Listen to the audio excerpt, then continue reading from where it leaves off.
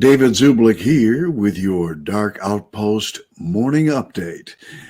But first, Eric Sprott, Chamath Palihapitiya, they're billionaires. They have all the money they can ever hope to spend. They're also investing in cryptocurrencies. Yeah, even the richest people in the world take a look at the future through cryptocurrencies. And just as when there's big talk about cryptos being volatile, the latest market dip being permanent and the government cracking down on crypto and other issues, billionaires are buying cryptocurrencies. Why? Because cryptocurrency is the future, and the best time to invest is when there's a dip. The deeper the dip, the higher the gains. So if you want to invest in the future, you can begin with My Digital Money. With My Digital Money, you don't just get the opportunity to invest. You get the security of knowing you are investing with a U.S.-based company that offers end-to-end services when you want to buy. So go to mydigitalmoney.com. That's mydigitalmoney.com. Do it today. All right? All right, let's turn to the news and see what's happening. President the false president, the pedodent, Biden made a number of gaffes as he stumbled his way through a speech promoting vaccine mandates in Illinois on Thursday. During his speech, he called Chicago's female mayor, Lori Lightfoot, Mr. Mayor, and saluted the non-existent Ohio, Pennsylvania president.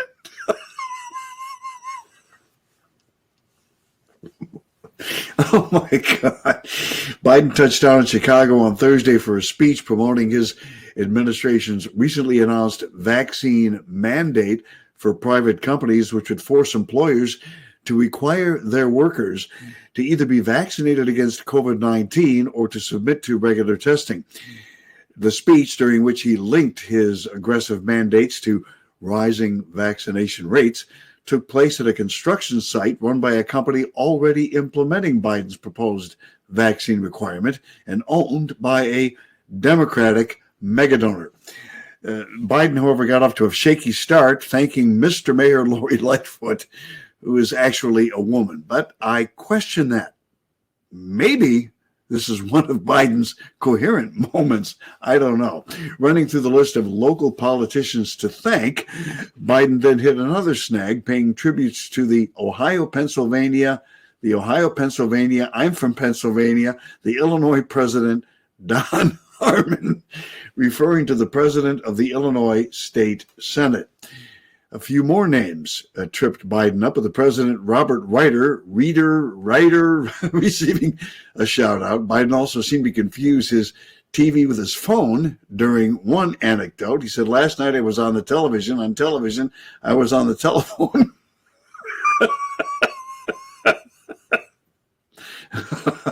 Biden continued touting the vaccine rollout during his half-hour speech. Believe me, it was only a half hour long because he stumbled through it, claiming that the unvaccinated are putting the U.S. economy at risk and overrunning hospitals, both claims that would be disputed by his critics. Oh my God, this guy needs to be, I don't know. Guys. All right, Social Affairs Committee of the French Senate has introduced a bill which seeks to mandate the COVID vaccine for all citizens in France by January the 1st of 2022.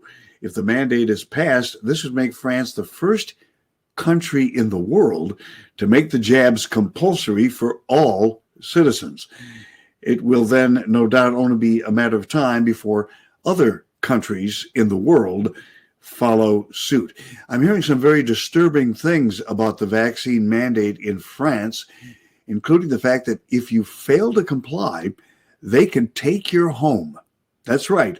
They can take your home away from you. So if we have any viewers in France who would like to weigh in on this, please send an email to me at david@darkoutpost.com. That's david@darkoutpost.com.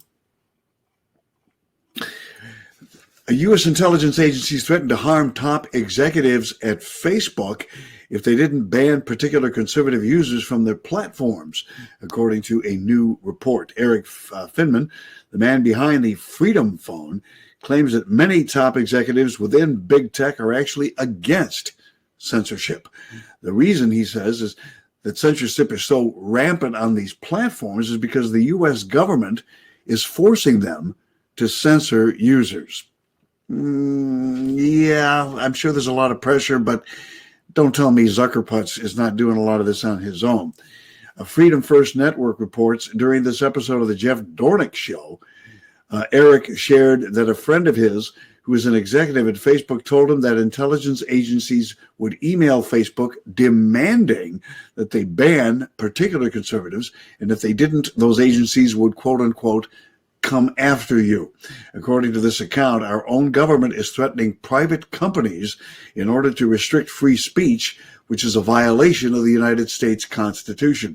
They're attempting to use a loophole using mafia-like threatening tactics in order to technically not restrict free speech directly, but at the same time compelling private businesses to do their dirty work for them. All right, I'll pay close attention to that, but I really don't believe that a lot of these tech companies are not also trying to curb free speech. It's Silicon Valley, lots of libtards there, folks, absolutely. On the day that Los Angeles County Board of Supervisors mandated COVID vaccines for all employees, Los Angeles Sheriff Alex Villanueva bravely announced he would not enforce the unconstitutional rule. Villanueva declared during his weekly public Q&A, the issue has become so politicized, there are entire groups of employees that are willing to be fired and laid off rather than get vaccinated. So I don't want to be in a position, he said, to lose 5 to 10% of my workforce overnight in a vaccine mandate, while at the same time I'm bare bones with the defunding effort. Well, good for him.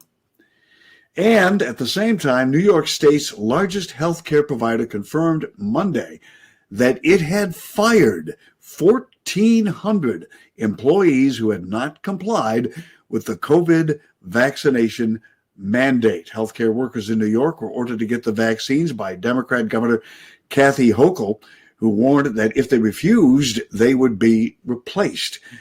She says now she's considering employing the National Guard or even foreign workers to fill hospital staffing shortages. Well, no surprise there, folks. All right, coming up on Dark Outpost today, live at 12 noon Eastern time on Rumble, John Carmen will be with us to weigh in on some of the week's top stories, including the fact that there is now a living creature, an organism of some sort, that has a brain and is aware that it is being watched. It is growing. In one particular case, this particular organism was extracted from the body of a veteran. This organism was either administered into his body through the COVID vaccine or somehow it got in there. It was extracted from his body and it attempted to crawl back in. You're not going to want to miss that report, as well as John Carmen's reaction to it, among other things. And then Chris Wilson will be with us today to talk about the fact that originally Jerusalem was located in Scotland. Did you know that? Well, I didn't either, but we'll find out about it today on Dark Outpost at high noon on Rumble. Hope you'll be there. This is David Zublick with your Dark Outpost Morning Update.